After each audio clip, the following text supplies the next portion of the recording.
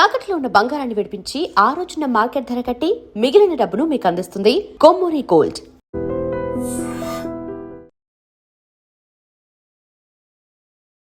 నమస్తే గురుగారు. వాగర్థావివ సంపృక్తౌ వాగర్థ ప్రతిపత్తయే జగతః పితరౌ వందే పార్వతీ పరమేశ్వరౌ. ఆదిత్యాయ చ సోమాయ మంగళాయ బుధాయ చ గురుశుక్రశనిభ్యశ్చ రాహవే కేతవే నమః. శృంగేరి జగద్గురు పీఠాధిపతులకి, కంచి పీఠాధిపతులకి నమస్కారములు తెలియజేసుకుంటూ కార్యక్రమాన్ని ప్రారంభిద్దాం. గురుగారు, చైత్ర అమావాస్య వస్తోంది, అంటే ఉగాది తర్వాత వచ్చే మాసంగా భావిస్తూ ఉంటాము. చాలా విశిష్టమైన మాసం అని చెప్తూ ఉంటారు గురుగారు. సో చైత్ర మాసం విశిష్టతతో పాటుగా ఈ అమావాస్య రోజు మనం ఏం చేయాలి, ముఖ్యంగా అమావాస్య గురించి ఈ వీడియోలో డిస్కస్ చేద్దాం గురుగారు. సో ఈ అమావాస్య ప్రత్యేకత ఏంటి, ఏం చేయాలి, ఏం చేయకూడదు లాంటి వివరాలు తెలియజేస్తారా? తప్పకుండానమ్మా. ఇప్పుడు వీక్షించేటువంటి మన ఐ డ్రీమ్ ప్రేక్షకులకి ఈ యొక్క వీడియో ఆశాంతం వీక్షించండి. ఎందుకనంటే ధర్మ నిర్ణయము అలాగే ధర్మ నివృత్తి అనేటువంటిది ఈ వీడియో ద్వారా మీకు తెలియచేయడం జరుగుతుంది. అంటే వీక్షించేటువంటి మన ప్రేక్షకులతో పాటమ్మా, మనకు మాసము అన్నప్పుడు అమావాస్య వెళ్ళిన రోజు నుంచి మళ్ళీ అమావాస్య వరకు ఉండేటువంటిది మాసంగా చేస్తాం. కానీ మనకు ఉత్తరాది ప్రాంతం బారహస్పత్యమానము కానీ సౌరమాన ప్రకారం కనుక చూసుకున్నట్లయితే వాళ్ళకి ఒక మాసము అన్నప్పుడు ఏంటంటే పౌర్ణమి నుంచి మళ్ళీ వచ్చే పౌర్ణమి వరకు ఒక నెల లెక్క. అందుకనే మనకు కాశీ లాంటి క్షేత్రాల్లో కనుక చూసినట్లయితే మనము అమావాస్యకి మాసం అంతమవుతే వాళ్ళకి పౌర్ణమితో మాసం అంతమవుతుంది. అందుకనే ఇక్కడ ఏంటి వాళ్ళ దృష్టిలో అంటే మనకు పరాశరుల వారు ఇచ్చినటువంటి దాని ప్రకారము వరాహమిహురుల ప్రకారము కనుక చూసుకున్నట్లయితే ఈ యొక్క చైత్ర పౌర్ణమి నుంచి మన లెక్కలో చైత్ర పౌర్ణమి నుంచి వైశాఖ పౌర్ణమి వరకు, చైత్ర పౌర్ణమి వెళ్ళిన మరుసటి రోజు నుంచి వైశాఖ పౌర్ణమి వరకు వాళ్ళకి చైత్రమాసం కింద లెక్క అది. కాబట్టి ఈ యొక్క చైత్రమాసము మనకు అమావాస్య వస్తుంది, వాళ్ళకి కూడా చైత్రమాసంలో ఉండేటువంటి అమావాస్యనే మొదటి నెల వాళ్ళకి, అది ఇది మనకు మొదటి నెల ఆఖరు. కాబట్టి ఈ రోజున చాలా విశేషం ఏమిటి అని అంటే మనకు వైశాఖ పురాణంలో నారద మహర్షి అంబరీషుల యొక్క సంవాదంలో అనేకమైనటువంటి పురాణ గాథలు మానవులు చేయాల్సిన ధర్మముల గురించి చెబుతూ ఉన్నప్పుడు అందులో చాలా ఆకర్షించినటువంటిది ఏంటంటేనమ్మా, ఈనాడు మనం ప్రేక్షకులతో పాటు మనకు 5,000 నోట్లోకి పోతున్నాయంటే మన గొప్పతనం కాదమ్మా, పితృదేవతల యొక్క ఆశీర్వచనం. ఇట్లా బీటెక్ చదువుతారు, 5 లక్షల ప్యాకేజ్ పర్ మంత్ అని అంటే వాళ్ళ తెలివితేటలు ఉంటాయి, కానీ ఆ అవకాశం మన దాకా రావడం అనేటువంటిది పితృదేవతల ఆశీర్వచనంతో వస్తుంది. వీళ్ళతో పాటు చదువుకున్న వాళ్ళకి అందరికీ రాలేదే, మరి వీళ్ళకన్నా తెలివిగల వాళ్ళకి అంత ప్యాకేజ్ రావట్లేదే, మన పిల్లలకి ఎందుకు వస్తుంది? గమనిస్తే మన పితృదేవతలు చేసినటువంటి పుణ్యఫలము ప్రభావం వల్ల మనం ఆ ఫలితాన్ని ఎంజాయ్ చేస్తున్నాం. కాబట్టి చెప్పబడినటువంటి మానవ ధర్మంలో ఈ చైత్ర అమావాస్య రోజున విశేషంగా చెప్పబడింది. అంటే ఒక చిన్న కథతో క్లుప్తంగా వివరిస్తానమ్మా. అంటే ధర్మవర్ణుడు అనేటువంటి యొక్క మహాముని తన తపశ్శక్తి చేత ఊర్ధ్వలోకాలకి వెళ్ళిపోయాడు. అంటే అన్ని చూద్దామని. ఈనాడు మన అమెరికా, సింగపూర్, ఇండోనేషియా ఇలా అయితే చూడడానికి వెళ్తున్నామో, ఆనాడు ఆ లోకాలను చూడడానికి తపశ్శక్తి చేత ఆయన వెళ్ళినప్పుడు కుతూహలం కొద్దీ పితృలోకం ఎలా ఉంటుందని పితృలోకానికి వెళ్ళాడట. పితృలోకానికి వెళితే ఒకవైపున ఒక గడ్డి పొరక, ఆ గడ్డి పొరక పట్టుకొని కొంతమంది మనుష్యులు వేళ్లాడుతూ హాహాకారములు చేస్తూ బాధపడుతూ ఉంటుంటే ఒక ఎలుక ఆ గడ్డి పొరకను తింటూ కూర్చుందట. అంటే 3 వంతులు తిన్నది, 4వ వంతు మిగిలిపోయింది. అది గనక పోతే కింద మొత్తము అగాధంలో పడిపోతారు.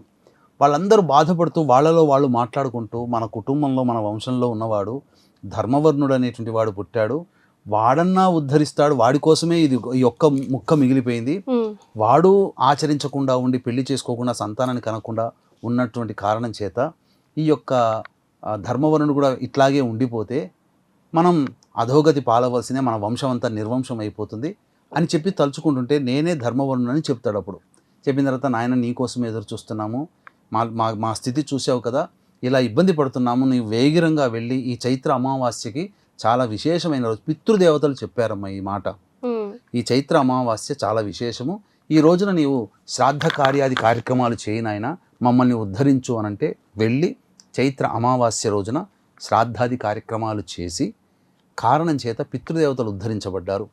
ఆ తదనంతరం చక్కగా వివాహం చేసుకొని సంతానానికని గంధమాదన పర్వతం మళ్ళీ ఈ యొక్క సంబంధించినటువంటి తపోనిష్ట కోసం వెళ్ళిపోయాడు. అంటే ఇక్కడ మనకు గమనించాల్సింది ఏంటంటే ఈ చైత్ర అమావాస్య చాలా విశేషమైనటువంటిది. పితృదేవతల్ని ఉద్ధరించేటువంటి అమావాస్య. ఉన్న 12 మాసాలలో ఈ యొక్క చైత్ర అమావాస్య ఎందుకు విశేషం అంటే ఈ యొక్క అమావాస్య రోజున, అంటే దీనికి ఒక లింక్ కూడా ఉంది. రవి మేషమందు ఉండగా చైత్ర అమావాస్య గనక వచ్చినట్లయితే అది చాలా విశేషమైనటువంటి పవర్ఫుల్ అన్నట్టుగా చెప్పబడ్డారు. కాబట్టి మన అదృష్టం కొద్దీ ఈ 17వ తారీఖు అమావాస్య అయింది, శుక్రవారం అయింది, రేవతి నక్షత్రము మరియు అశ్విని నక్షత్రం కలిసి ఉన్నటువంటి రోజున. కాబట్టి మనకు చెప్పబడినటువంటిది ఏంటంటే నక్షత్ర సంధి ఉన్నటువంటి నక్షత్రాల్లో అత్యంత పవర్ఫుల్ అయినటువంటి నక్షత్ర సంధి గల నక్షత్రాలు రేవతి, అశ్విని. ఆ సంధి కాలం చాలా గొప్పదైనటువంటిది. కాబట్టి ఆ సమయంలో ఖచ్చితంగా ఎవరైతే ఈ అమావాస్య రోజున పురస్కరించుకొని శ్రాద్ధ కార్యక్రమాలు, అలాగే పితృదేవతలు నరకకూపంలో లేదా నరకయాతన అనుభవిస్తున్నటువంటి మోక్షాన్ని పొందినటువంటి వాళ్ళకి ఎవరైతే ఈ యొక్క మోక్షాన్ని కలిగిస్తాడో ఆ యొక్క పితృదేవతలు సంతసించి ఆ చేసిన వ్యక్తికి సకలమైనటువంటి అభీష్టాలు దేవతల కంటే చాలా వేగిరంగా నెరవేరుస్తారు. ఇది చెప్పబడి ఉంది. మరి ఇంతటి మహత్యమైన రోజుని ఎలా గురుగారు మనం అంతా సద్వినియోగం చేసుకోదలుచుకున్నప్పుడు ఇక్కడ ఏంటంటే మనం గమనించుకున్నట్లయితే ఈ రోజున ప్రతి కుటుంబంలో కూడా ఈ యొక్క పంచశాప ప్రభావాలు అనేటువంటివి ఉన్నాయి. అంటే స్త్రీ శాపము, గురు శాపము, దైవ శాపము, సర్పశాపము, అలాగే పితృశాపము. ఈ 5 శాప ప్రభావాల కారణం చేత ప్రతి కుటుంబంలో ప్రశాంతత లేని జీవితం గడపడం, సంతానాన్ని పొందకుండా ఉండడం, వివాహం కాకపోవడము, అన్నీ నోటిదాకా వచ్చి వెనక్కి వెళ్ళిపోతూ ఉండడము, మందులకి నయం కాని రోగాలతో బాధపడుతూ ఉండడము, అలాగే ఇంటర్ రిలీజియన్ సంబంధించినటువంటి కుటుంబంలో పెళ్ళిళ్ళు జరుగుతూ ఉండడము, అలాగే ఇట్లాంటి అనేక రకాల సమస్యలు. ఎంత కష్టపడ్డా ఆ కష్టానికి ప్రతిఫలం అనేటువంటిది దక్కకుండా ఉండి మనకన్నా పక్క వాళ్ళు అతి శీఘ్రంగా డెవలప్ అవుతుంటారు, మనం కాలేకపోతాం. ఒక అనాలోచిత నిర్ణయం తీసుకొని సంపాదించిన కోట్ల సొమ్ము, లక్షల సొమ్ము ఇచ్చేసేసి పూర్తిగా నష్టపోతుంటాం. అంటే ఎలా అంటే చాలామంది నేను జీవితాల్లో చూశానమ్మా, ఈ పంచశాప ప్రభావాలు ఉన్నప్పుడు ఎంత కష్టపడ్డా ఫలితం దక్కకుండా ఉంటుంది. ఇలాంటివన్నీ కూడా ఆ సంబంధించినటువంటి, అనగా వీళ్ళతో కొంతమంది వివాహం 1 సంవత్సరంలో అవుతుంది. వాళ్ళతో పాటు వివాహమైన కుటుంబాల్లో కొన్ని కుటుంబాలు చాలా అభివృద్ధిలోకి ఉంటాయి, కొన్ని కుటుంబాలు మాత్రం ఎక్కడ వేసిన గొంగడ అక్కడే. ఏ జన్మలో ఏ పాపం చేసామని నరకయాతన అనుభవిస్తున్నామని చెప్తూ ఉంటుంటారు కదా. అలాగే మేము మా కోరిక నెరవేరడం కోసం తిరగని చెట్టు అంటూ లేదు, మొక్కని దైవం అంటూ లేదు, పుట్టంటూ లేదు అని చెప్పి వాపోతుంటారు. దేవుడు లేడు అనే స్థితికి చేరుకుంటారు. అటువంటి కుటుంబాలలో అలాగే ప్రధానంగా అనేక విధాలుగా కుటుంబ సభ్యుల మధ్య ప్రేమ ఆప్యాయత ఉండదు, భార్యాభర్తల మధ్య ప్రేమ ఉండదు, పెళ్ళిళ్ళైనా సంవత్సరాలు గడిచిన సంతానం కలగదు. ఇలాంటి కుటుంబాలలో ఈ పంచశాప ప్రభావాలు అనేటువంటివి ఉంటాయి. కాబట్టి ఈ పంచశాప ప్రభావాలకి సంబంధించినటువంటి పరిహారం అనేటువంటిది ప్రతి వాళ్ళు ఈ చైత్ర అమావాస్య రోజున చేసుకుంటే తప్పకుండా వాళ్ళకి సంబంధించినటువంటి కోరికలు నెరవేరుతాయని చెప్పడంలో ఏమాత్రం సందేహం లేదని చెప్పవచ్చు. సో ఏం చేయాలి, ఎలా చేయాలి, ఎప్పుడు చేయాలి గురుగారు? దీనికి ప్రధానంగా ఈ పంచశాప ప్రభావాలు ఎలా ఉంటాయని తెలుసుకోవడానికి మనం గమనించుకున్నట్లయితే ఎప్పుడు చేయాలనేటువంటిది కూడా తెలియజేస్తానమ్మా. ముఖ్యంగా తండ్రి లేదా భర్త వైపు 6 తరాలు, తల్లి లేదా భార్య వైపు 3 తరాల్లో దుర్మరణాలు, road accident, fire accident, suicide attempt, నదిలో బావిలో పడి చనిపోవడం, ఇంట్లోంచి వెళ్ళిపోవడం, లివర్ ఫెయిల్యూర్, కిడ్నీ ఫెయిల్యూర్, క్యాన్సర్తో చనిపోవడం, 60 సంవత్సరాల లోపల ఎలాగైనా చనిపోయినా, అలాగే పిండ ప్రదానాలు చేయకపోయినా, స్త్రీ హత్య, గోహత్య, బ్రాహ్మణ హత్య, పాముని చంపిన, పిల్లిని చంపిన ఈ యొక్క పంచశాప ప్రభావాలకు గురవుతారు. దీనివల్ల కుటుంబ సభ్యుల మధ్య ఒక అవగాహన ఉండదు. అలాగే సంబంధించి ఇంట్లో ఎక్కువగా జిల్ల పురుగుల బెడద ఎక్కువగా ఉన్నా, చనిపోయిన వాళ్ళు తరచూ కల్లోకి వస్తున్నా, పాము తరచూ కల్లోకి వస్తున్నా, అలాగే ఇంకా చెప్పాలి అని అంటే ఈ యొక్క ఇంట్లో క్రాక్స్ వస్తున్నా, నల్లాలు ఎన్ని మార్చినా బొట్టుగా ఎన్న ఉన్నా మళ్ళీ బొట్టుగా కారుతూనే ఉంటుంది, కొత్తవి అన్నీ ఎంత మార్చినా కానీ. ఇలాంటివి ఉన్నప్పుడు ఈ యొక్క పంచశాప ప్రభావాలుగా గుర్తించాలి మొట్టమొదలు.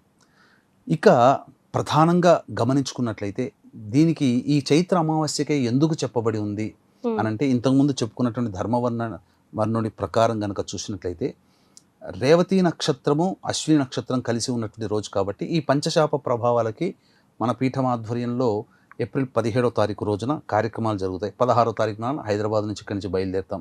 కాబట్టి వీక్షించేటువంటి ప్రేక్షకులు ఎవరైనా కానీ ఈ కార్యక్రమంలో మీరు నమోదు చేసుకోవచ్చు. ప్రధానంగా ఈ రోజున జల కలశ దానము చేయమని శాస్త్రం చెప్పబడి ఉంది.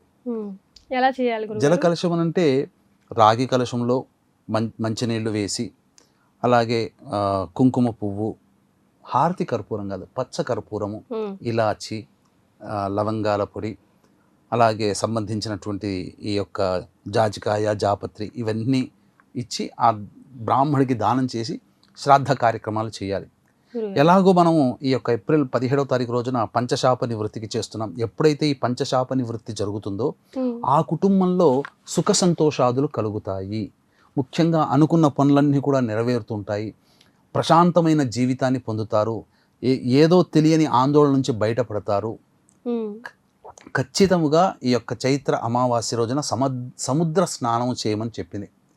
కాబట్టి మనం చేసేటువంటి కార్యక్రమంలో సముద్ర స్నానం కూడా ఉంటుంది. కాబట్టి ఎవరైతే పితృదేవతల ఆశీర్వచనం కావాలి అంటే, ఎందుకు చెప్తున్నానంటేనమ్మా ఈ ఆశీర్వచనం అని అంటే, పిండ ప్రదానాలు చేయకుండా ఇలాంటి దుర్మరణాలు పొందిన కుటుంబాల్లో ఉంటాయి కదమ్మా.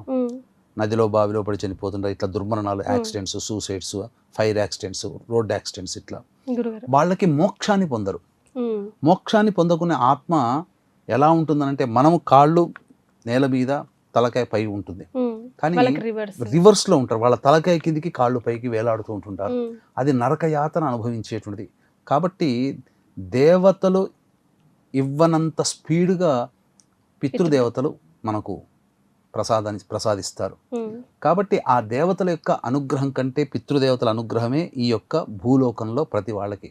అందుకని ఎంత గొప్ప తపశ్శక్తి సంపన్నుడైనా ఈ ధర్మవర్ణుడి కథ ఒక్కటి చాలు. ఎంత గొప్ప తపశ్శక్తి సంపన్నుడైన దేవతానుగ్రహం పొందిన పితృదేవతల యొక్క నరకయాతనని తప్పించలేని కొడుకే కాదు. శ్రాద్ధం పెట్టడం వల్లనే పోతుందని కాదు, శ్రాద్ధం కాదు ఇక్కడ చెప్పబడింది. ఆ నరకయాతన అనుభవించేటువంటి ఆ స్థితి నుంచి వాళ్ళని ఉద్ధరించాలి అని అంటే ఈ పంచశాప ప్రభావాలు తొలగించుకోవాలి. కాబట్టి ప్రతి ఒక్కళ్ళు కూడా ఈ సంబంధించినటువంటి పంచశాప నివృత్తి కార్యక్రమాలు చేసుకోదగినటువంటిది. ఇందులో ఎలాగో శ్రాద్ధం వస్తుంది. ఉదక కుంభ దానము చేయమని చెప్పి చైత్ర అమావాస్య రోజున ప్రత్యేకంగా వైశాఖ పురాణంలో చెప్పబడి ఉంది. కాబట్టి చక్కగా ఇటువంటివన్నీ కార్యక్రమాలు చేసుకోవడం చాలా మంచిది. మీ మంచి కోరి చెబుతున్నాను. రవి మేషరాశిలో ఉండగా చేసే ఈ కార్యక్రమం చాలా అద్భుతం. ఎందుకనంటే పితృకారకుడు రవి, పైగా నక్షత్ర సంధి అనేటువంటిది వస్తుంది. కాబట్టి ఎవరైనా ఇంట్లో దానం చేయదలిస్తే మనకు రాగి కలశమైన దానం చేయొచ్చు, వెండి కలశమైన దానం చేయొచ్చు, ఇత్తడి కలశంలోనే పెట్టవచ్చు. ఏది శక్తి లేకపోతే ఒక 40 రూపాయలు పెడితే మట్టి పాత్ర వస్తుంది, చెంబు, అందులోనైనా ఈ చెప్పిన పదార్థాలు నీళ్లు వేసి బ్రాహ్మడికి దానం చేసి శ్రాద్ధం పెడితే ఆ రోజులో 11:15 నుంచి 12:30 మధ్య కాలంలో చేయాలమ్మా. ఎందుకు అనంటే పితృకారకుడు లాభస్థానంలో ఉంటాడు మిథున లగ్నం నుంచి, పైగా నక్షత్ర సంధి ఏర్పడుతుంది. అది చాలా ప్రబలమైనటువంటి దివ్యమైనటువంటి కాలము. ఇది చాలా అద్భుతం. శుక్రవారం కదా గురుగారు చేయొచ్చా? అంటే కొంతమంది వెండి కానీ, గోల్డ్ కానీ, సిల్వర్ కానీ, లేదంటే మట్టిని కానీ శుక్రవారం పూట ఇంటికి తీసుకురారు, ఇవ్వరు కొంతమంది. అంటే ఆ రోజు ముందుకు రోజు కొనుక్కొచ్చుకుంటే సరిపోతుంది, ముందు రోజు కొనుక్కొచ్చుకుంటే సరిపోతుంది. కానీ ఈ రోజున వెండి బంగారాలు దానం చేసేంత శక్తి వరకు ఉంటుందమ్మా, అస్సలు మనం ఊహించకూడదు. కాబట్టి ప్రజలందరూ కూడా అతి సామాన్యమైన మానవులుగా ఉంటారు. కాబట్టి వాళ్ళకి శక్తి కొలది ఈ రోజున రాగి చెప్పవచ్చు, శక్తి ఉంటుంది. ఒక 200 రూపాయలు పెడితే రాగి కలశం వస్తుంది. లేదు అంటే మట్టి కలశం చేయండి, తప్పేం లేదు. మృణ్మయ కలశం చాలా గొప్పది ఈ కలియుగానికి. మట్టి ఇప్పుడు 40 రూపాయలు పెడితే మట్టి కలశం వస్తుంది, చిన్నది వస్తుంది, చాలు. మట్టి చెంబు దాంతో అందులో ఇచ్చి చాలు. పూర్వకాలంలో మహర్షులందరూ ఇలాగే ఇచ్చారు, కానీ మహర్షులు వాళ్ళందరూ కూడా బంగారులో ఇవ్వలేదు. రాజులు ఇచ్చుంటారేమో, కానీ సామాన్య మానవులు మట్టి పాత్రలే వాడారు. ఇప్పటికీ మరి మన భూమి తవ్వకాలు దొరికితే బంగారు బిందెలు, బంగారు చెంబులు, బంగారు గ్లాసులు రావాలిగా. మరి ఆ కాలంలో మట్టివే వచ్చే టెర్రాకోట అని చదువుకున్న చిన్నప్పుడు. కాబట్టి ఆ కాలంలో మనుషులు అప్పుడే కుండలు వాడారు మట్టితో చేసినాయి. మనం ఇప్పుడు ఇస్తే తప్పేం లేదమ్మా, Right. అదే విధంగా చేయొచ్చు.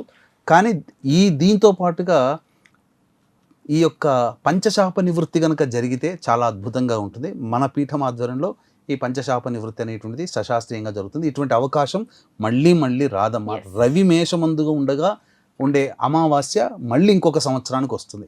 కాబట్టి వీక్షించే ప్రేక్షకులు అందరూ దీన్ని వినియోగించుకోగలరు. ఎస్, సో ఈ వీడియో మీ దాకా వచ్చింది అని అంటే మీకేదో యూనివర్సల్ సిగ్నల్ ఇస్తుందనే అర్థం. సో కింద స్క్రోల్ అవుతున్న నంబర్కి కాల్ చేసి ఇమీడియట్గా స్లాట్ని బుక్ చేసుకోవడం ఉత్తమాతి ఉత్తమం. గురుగారు, శుక్రవారం కూడా వస్తుంది కాబట్టి చైత్ర అమావాస్య పరమ పవిత్రమైన రోజు అని చెప్పుకున్నాం కాబట్టి చేయకూడని పనులు ఏవైనా పర్టికులర్గా ఈ రోజు ఉన్నాయా? చెయ్యకూడని పనులు అన్నప్పుడు ప్రధానంగా ఇక్కడ మాంసాహారం భుజించకూడదు, ధూమపానము మద్యపానం చేయకూడదు.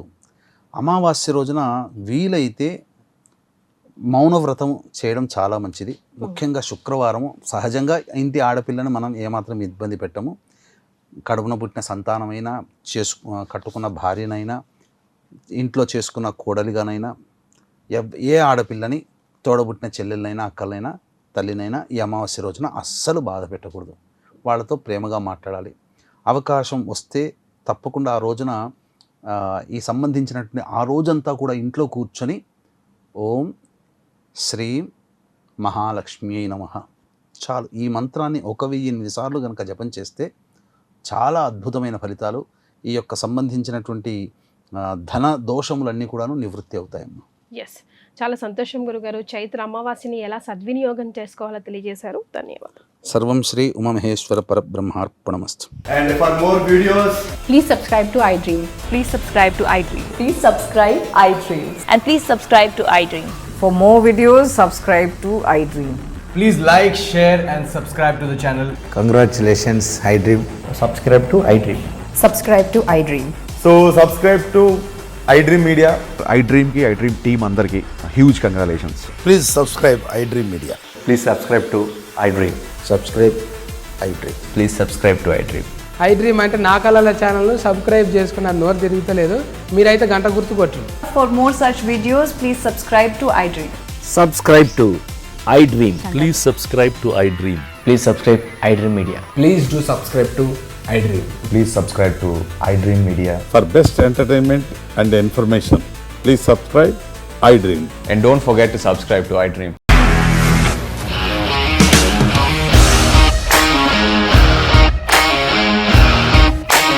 ఇండస్ట్రీలో కమిట్మెంట్ ఇష్యూస్ వస్తే నీకు కూడా వచ్చినట్టు మార్నింగ్ తీసుకెళ్ళాలంటే కొట్టి పడేస్తారు.